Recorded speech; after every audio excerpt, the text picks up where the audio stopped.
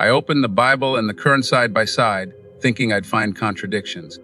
But what I discovered about Jesus in both books didn't just surprise me, it shook me to my core. For years, I thought the Bible held the only answers about who Jesus really was.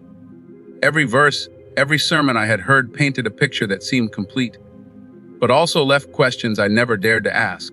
Who was Jesus really? Was he only divine, or was he something more human? Was he pointing to himself, or to God above all? When I turned to the Qur'an, I expected rejection, maybe even silence about Jesus. But instead, I found pages filled with respect, honor, and descriptions of a man who was chosen, pure, and filled with miracles. This wasn't the Jesus I thought Islam had erased.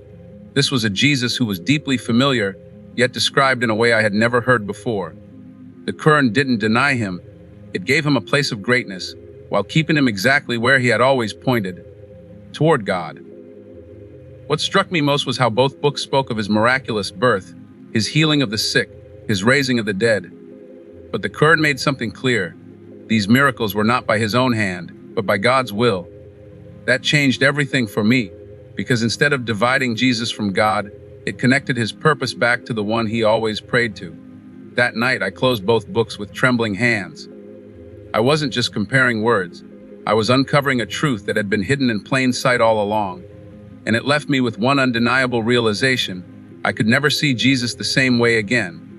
I had always thought I knew Jesus. From the Bible, I had grown up hearing verses about his miracles, his compassion, his sacrifice. To me, Jesus was always central. Yet there were questions I carried silently, questions I never dared to ask. Was he only divine, or was there more to his story?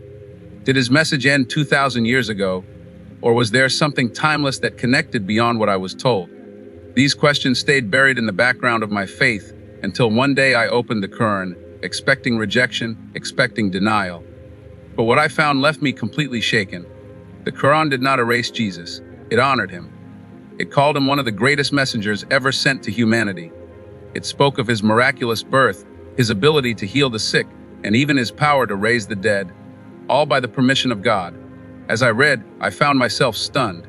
The very qualities that made me revere Jesus in the Bible were preserved, but framed in a way that emphasized his role as a servant and prophet of God, not separate from him, but completely devoted to him.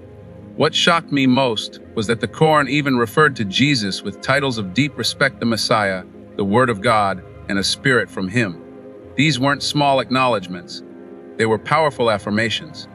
For the first time, I felt that Jesus was not being debated or diminished, but placed in a position of dignity and honor, one that connected him directly to a long line of prophets who all carried the same truth. That realization shook me, because it bridged a gap I thought could never be crossed. The Jesus of the Bible and the Jesus of the Qur'an were not opposites, but mirrors, reflecting the same light in different ways. And in that moment, I realized my journey with Jesus had only just begun. One of the things that always confused me in the Bible was the way Jesus prayed. If he was God, why would he pray? Why would he kneel, raise his hands, and bow his head in humility? Growing up, I didn't ask these questions out loud, but they stayed in my heart unanswered. And then, when I opened the Qur'an and studied the way Islam describes Jesus, something clicked that I never expected. The Qur'an shows Jesus not as someone worshiping himself, but as a devoted servant of God. It describes him turning to the Creator in prayer, relying on him for strength, guidance, and miracles. For the first time, I saw a picture of Jesus that made sense, a man of incredible purity and power, but still a humble prophet whose strength came from the same source we all depend on: God. Then I began to compare how Muslims pray with how the Bible describes Jesus praying. It shocked me. In the Bible, Jesus is seen falling to the ground in prostration, crying out to God. In Islam, Muslims do the very same thing, bowing and placing their foreheads to the ground in submission. That connection shook me to my core, because it wasn't just history or theology anymore. It was practice, a living tradition that carried forward the same humility Jesus showed. For years, I wondered if faith was meant to be complicated, endless debates, contradictions, and doctrines that never seemed to align. But here, in this moment of comparison, I realized something: Jesus in the Qur'an was a man of prayer, just as he was in the Bible. He wasn't an abstract figure to be argued about. He was a living example of surrender to God. And suddenly, faith felt simple again. Jesus didn't point to himself, he pointed to God. And Islam preserved that truth in the clearest way I had ever seen. One of the biggest turning points in my journey was when I compared what the Bible says about Jesus' miracles with what the Qur'an says. I had always believed miracles were proof of his divinity, that no ordinary man could heal the blind, cure the sick, or raise the dead. But when I opened the Qur'an, I was stunned to find that it spoke about many of these very same miracles. The difference, however, completely changed the way I saw Jesus. In the Bible, Jesus performs miracles, and while it shows his closeness to God, many interpret it as evidence that he himself must be divine. But in the Qur'an, every miracle is clearly linked to the permission and will of God. Jesus heals the leper, gives sight to the blind, even brings the dead back to life, but always with the words, "by God's permission." And that small phrase changed everything for me. It made me realize something I had never thought about. If Jesus truly was God, why would he need anyone's permission? The Qur'an wasn't denying his power. It was showing the source of it. Jesus wasn't independent of God. He was a chosen prophet, carrying out signs that pointed people back to the Creator, not to himself. Even more shocking was when I discovered a miracle mentioned in the Qur'an that I had never seen in the Bible: Jesus speaking as a baby. Imagine a newborn, only moments old, declaring to the people that he was a servant of God, a prophet, and blessed with a mission of truth. That image shook me, because it showed that from the very beginning, Jesus' role was to guide people toward worshiping God, not himself. When I stepped back and compared the two books side by side, I saw a clear pattern. The miracles weren't meant to confuse people about who Jesus was. They were meant to affirm that God had sent him to prove his prophethood and to inspire faith in the one who gave him power. And suddenly, it made sense. Jesus' miracles weren't about elevating him to godhood. They were about elevating our faith in the God who sent him. Another powerful discovery I made was about Jesus' prayers. In the Bible, there are moments where Jesus prays with deep emotion, lifting his hands, crying out to God, and even falling to his face in humility. For a long time, I never really questioned it. I simply accepted it as part of the story. But when I began to reflect, something didn't add up. If Jesus is God, why would he need to pray to anyone? Who was he speaking to? That question stayed in my mind until I opened the Qur'an. To my surprise, the Qur'an didn't shy away from this detail. Instead, it gave it meaning. Jesus is portrayed not as God praying to himself, but as a devoted prophet praying to the Almighty, just like every other messenger before him. Suddenly, the image of Jesus praying wasn't confusing anymore. It was consistent, logical, and deeply human. One verse in the Bible struck me hard. It describes Jesus in the Garden of Gethsemane, falling to his face and begging God for strength. I had always skimmed past it, but when I compared it to Islamic prayer, where Muslims prostrate by placing their face on the ground, the similarity was undeniable. The way Muslims pray today is the exact way Jesus prayed back then. That connection gave me chills. It also made me think prayer is the most powerful act of worship. If Jesus himself prayed to God with such humility, then surely his mission was never to ask people to worship him. Instead, he was showing them how to worship God. That realization shook me deeply. For the first time, Jesus no longer seemed distant or divine in a way I could never relate to. He felt close, relatable, a man of faith, a servant of God, and an example to follow. The Qur'an didn't strip away his greatness. It explained it. It showed that his prayers were not a weakness, but a reminder that true strength comes from submission to the one above. And in that moment, I realized Jesus wasn't pointing to himself. He was always pointing to God.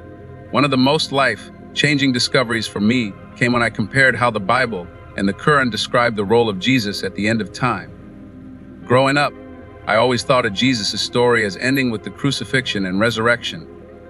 That was the central focus of my Christian faith. But when I read the Qur'an, I saw a different perspective, one that didn't end with his death but spoke about his return. The Qur'an makes it clear that Jesus was not killed on the cross, nor was he defeated. Instead, God raised him, saving him from humiliation and elevating his honor. At first, this shocked me because it was so different from what I had always believed. But when I went back to the Bible, I noticed something I had overlooked. There were hints, even there, that Jesus' mission wasn't over. Verses that spoke about his second coming, about him returning as a sign for mankind, suddenly made much more sense. The The Qur'an didn't deny Jesus' greatness, it completed the story.